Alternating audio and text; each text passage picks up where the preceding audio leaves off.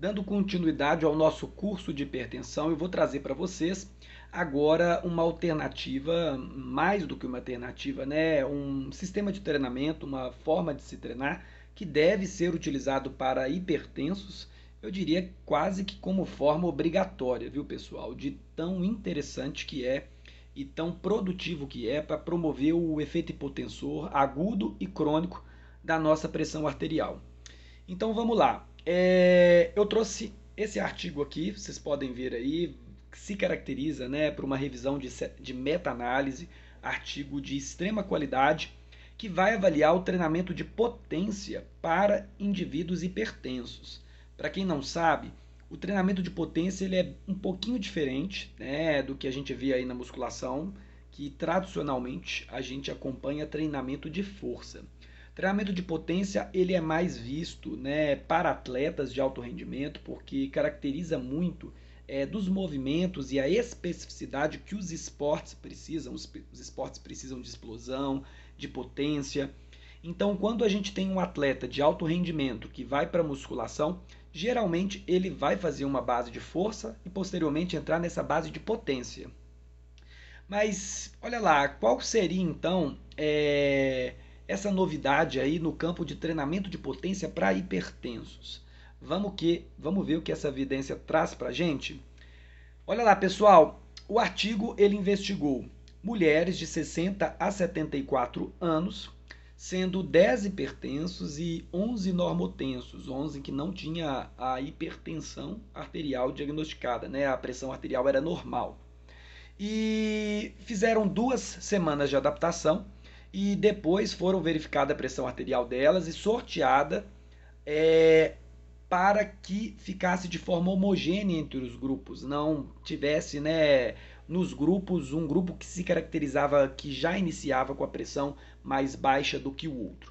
Então o sorteio e as evidências científicas elas tentam fazer, né, essa regulação de metodologia para que a gente tenha um respaldo metodológico bem equiparado e nivelado antes da pesquisa. E o método de treinamento que se usou foi um método de treinamento clássico de potência, onde a gente coloca a concêntrica em máxima velocidade. Então eu estou fazendo um supino, máxima velocidade na concêntrica, e a excêntrica desce em 2 segundos. E para o grupo, pessoal, que fez o treinamento de potência, série clássica, 3 de 8 repetições, podendo até 10 repetições, sendo a 51%, a 50% de uma repetição máxima. Para quem não sabe o que seria uma repetição máxima, o teste de um RM, né? Ele caracteriza de a gente encontrar qual é a carga daquele indivíduo 100% que ele faz num equipamento. A partir de então, através de um cálculo, nós prescrevemos os 50% dele. O que a gente diz aí, 50% seria uma carga moderada para baixa. Isso facilita, né, uma explosão em concêntrica. Diferente quando a gente trabalha com altas cargas, por mais que a gente produza o máximo de velocidade e potência, aquela pessoa que vê eu executando o exercício, vê um movimento lento, porque a carga está lenta, apesar de eu estar trabalhando com as fibras de alto limiar e de alto calão, o movimento está lento visualmente. E um treino de potência a gente costuma trabalhar com cargas mais baixas, como o estudo está prescrevendo. E o intervalo de concêntrica e excêntrica consistia de 1 segundo explosiva na concêntrica, geralmente 1 segundo, e na excêntrica 3 segundos. Já o grupo que foi dividido e que ficou com a parte do treinamento de força, eles equipararam o volume, então fizeram as mesmas 3 séries de 8 a 10 repetições, só que a 70% de um RM. Então a carga um pouquinho mais elevada. E que tradicionalmente a gente tem no treinamento de força também, tá, pessoal? Com 1 minuto de recuperação, os dois grupos foram com 1 minuto de recuperação, só que o grupo do treinamento de força fazia uma concêntrica que não é considerada explosiva em 2 segundos e a excêntrica em 3 segundos, um movimento mais lento que a gente diria aí mais cadenciado. E, pessoal, os exercícios que esses grupos realizaram foi primeiro exercício, sentar e levantar da cadeira a 90 graus de flexão do joelho, um supino reto, depois a flexora sentada, elevação frontal, panturrilha em pé, rosca direta, tríceps e abdominal. E eles avaliaram, pessoal, tanto a resposta da pressão arterial quanto o óxido nítrico. E mais tarde eu vou explicar por que dessa avaliação também do óxido nítrico. E como resultado é muito interessante, olha só, a gente pensa, né? Quem fez treinamento de potência, por ser um treinamento de explosão, teoricamente vai aumentar a pressão arterial e a frequência cardíaca. Porém, não é isso que acontece, porque não ocorre a oclusão dos vasos como ocorre no treinamento tradicional de força, na musculação. Ao mesmo quando a gente faz um treinamento aeróbico também, a gente não costuma a ter um pico de pressão arterial diastólica por causa da vasodilatação.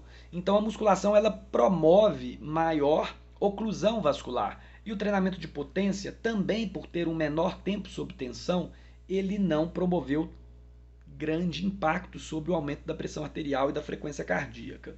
Então isso já foi um achado interessante.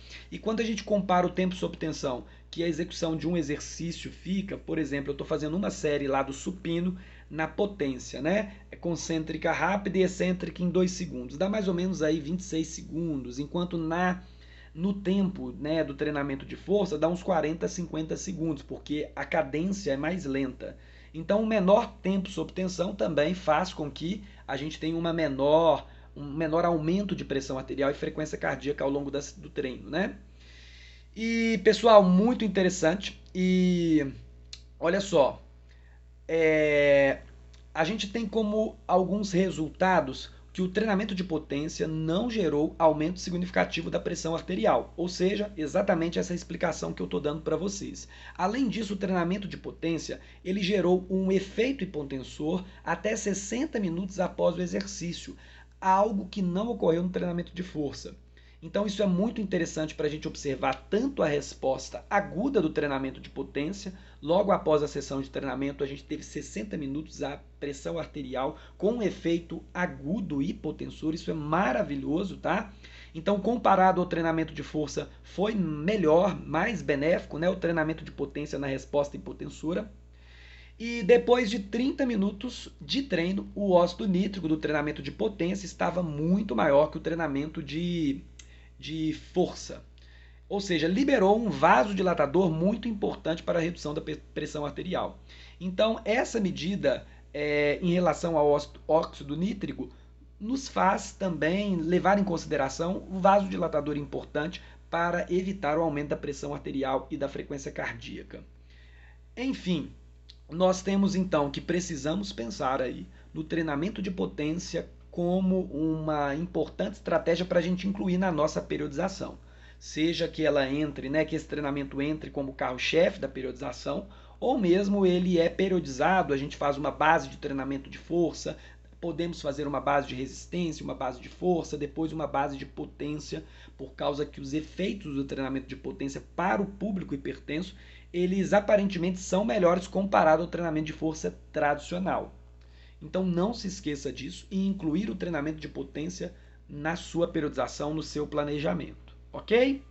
E uma segunda parte desse curso, nós iremos exemplificar de forma prática o sistema de treinamento. E lá eu vou trazer aí com precisão para vocês como que é um treinamento de potência aí com cargas moderadas, né? Diferente do treinamento de força que as cargas são mais altas, caprichando bem na concêntrica do exercício. E muito voltado para o ganho de potência. E olha lá, ô Pietrini, mas se a gente tem um público idoso, por exemplo, já tem outras evidências também mostrando que o idoso é interessante o treino de potência, porque ao fazer o treino de potência, ele tem os ganhos similares ao que ele tem no treino de força em relação à força, porém ele ganha mais potência que do treino tradicional. Então, se você é idoso, tem um aluno idoso, por exemplo, se você é um profissional de educação física que está utilizando esse curso para se preparar melhor, é bom você pensar também no treinamento de potência para idosos, que ele vai promover melhor efeito hipotensor, agudo e crônico, e também não vai ter perda em relação ao treinamento de força do ponto de vista do ganho de força. Ou seja, pessoal, essa evidência nos traz um excelente direcionamento para a gente aplicar no nosso treinamento. Eu que sou indivíduo hipertenso. Ok? Então é isso aí.